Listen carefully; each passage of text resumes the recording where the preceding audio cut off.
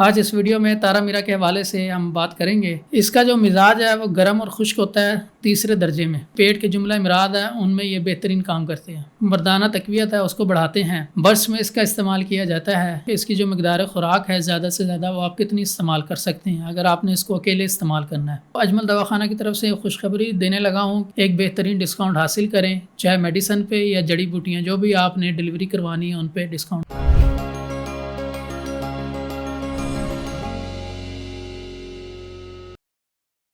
बिस्मिल्लाहिर्रहमानिर्रहीम। अस्सलामु अलैकुम वरहमतुल्लाहि वबरकातुहू। दवाखाना की मजमल ख़ान के तवस्सुस से आपका मेज़बान हकीम हाफिज़ मोहम्मद असदुल्ला ख़ान एक और मालूमाती प्रोग्राम के साथ आपकी खिदमत में हाजिर है। आज का ये प्रोग्राम आपके लिए एक ऐसी चीज़ पे लेके आया हूँ जिसको उर्फ़ आम में तारा मीरा के नाम से जाना जाता है। आज इस वीडियो में तारा मीरा के हवाले से हम बात करेंगे कि इसके मुख्तलिफ़ ज़ुबानों में नाम क्या है, इसके फ़वाइद वगैरह क्या हैं और इसको कैसे इस्तेमाल किया जाता है। मुख्तलिफ़ नामों की तरफ चलें तो इसको अरबी में जर्जीर कहते हैं, उर्दू में तारा मीरा कहते हैं, पश्तो में इसको जमाया कहते हैं, इसके अलावा इसको रॉकेट हर्ब भी कहते हैं। माहियत की तरफ चलें तो ये एक तुखम है दरख्त के जो कि मूली के तुखम से मुशाबे होते हैं। इसका जो मिजाज है वो गर्म और खुश्क होता है तीसरे दर्जे में। फ़वाइद की तरफ चलें तो ये मुकव्वी हज़म होती है, ये हाजमे को बेहतर करती है, भूख लगाती है, इसके अलावा ये रीह को तोड़ती है, गैस को ख़त्म करती है और जो पेट के जुमला इमराद है उनमें ये बेहतरीन काम करते हैं। इसके बाद मैं आपको बताता चलूँ तो ये मौलिद मनी भी होते हैं, मनी को पैदा करते हैं। इसके अलावा ये मुकव्वी बा होते हैं जो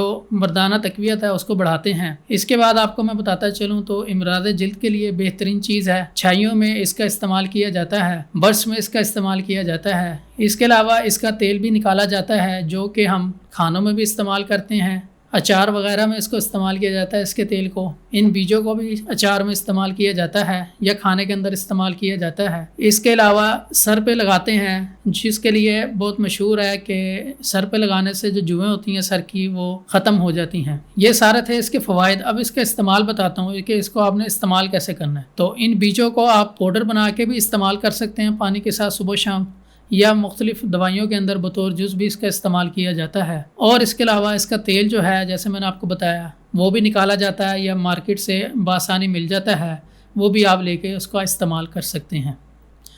बाकी मज़ीद इसका इस्तेमाल आपने अपने मिजाज के मुताबिक वो आप हमारे दवाखाने पे तशरीफ़ ले आएँ। हमारे स्क्रीन पे कॉन्टैक्ट नंबर चल रहे होंगे या वेबसाइट चल रही होगी, इस पे आप हमसे रब्ता कर सकते हैं और अपना मिजाज और अपना जो मर्ज़ है उसको बता के उसके मुताबिक इसकी मकदार खुराक आप मुतय्यन करवा सकते हैं। यहाँ मैं आपको बताता चलूँ कि इसकी जो मकदार खुराक है ज़्यादा से ज़्यादा वो आप कितनी इस्तेमाल कर सकते हैं अगर आपने इसको अकेले इस्तेमाल करना है। तो वो है 1 माशा से 3 माशा, यानी 1 ग्राम से 3 ग्राम तक आप इसको इस्तेमाल कर सकते हैं। यहाँ पे मैं आपको अजमल दवाखाना की तरफ से खुशखबरी देने लगा हूँ कि हमारी स्क्रीन पे इस वक्त एक कोड चल रहा होगा।